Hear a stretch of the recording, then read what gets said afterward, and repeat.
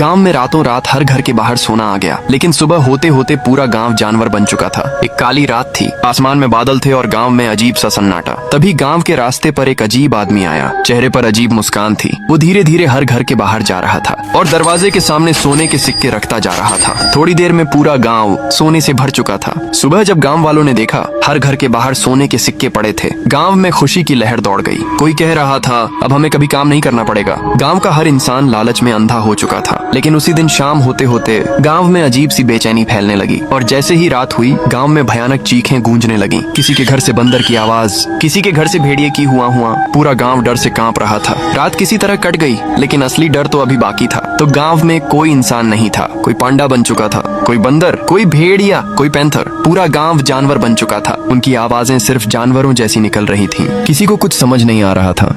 तभी गांव के बीच खड़ा था अज्जू भाई। वही अकेला इंसान था जो अभी तक इंसान था। अज्जू भाई चारों तरफ देखने लगा। अपने दोस्तों को जानवरों में बदलते देख उसकी आंखों में गुस्सा भर गया। तभी उसे कल रात वाला आदमी याद आया जिसने हर घर के बाहर सोना रखा था। अज्जू भाई समझ गया ये सब सोने की वजह से हुआ है। तभी अचानक तेज हवा चलने लगी, पेड़ हिलने लगे और गांव के रास्ते पर धीरे धीरे वही अजीब आदमी दिखाई दिया। वो फिर से गांव की तरफ आ रहा था और इस बार उसके चेहरे पर डरावनी मुस्कान थी। वो चारों तरफ जानवर बने लोगों को देख रहा था और धीरे धीरे हंस रहा था। अज्जू भाई का गुस्सा फूट पड़ा और उस आदमी की तरफ बढ़ते हुए चिल्लाया, आज तू नहीं बचेगा।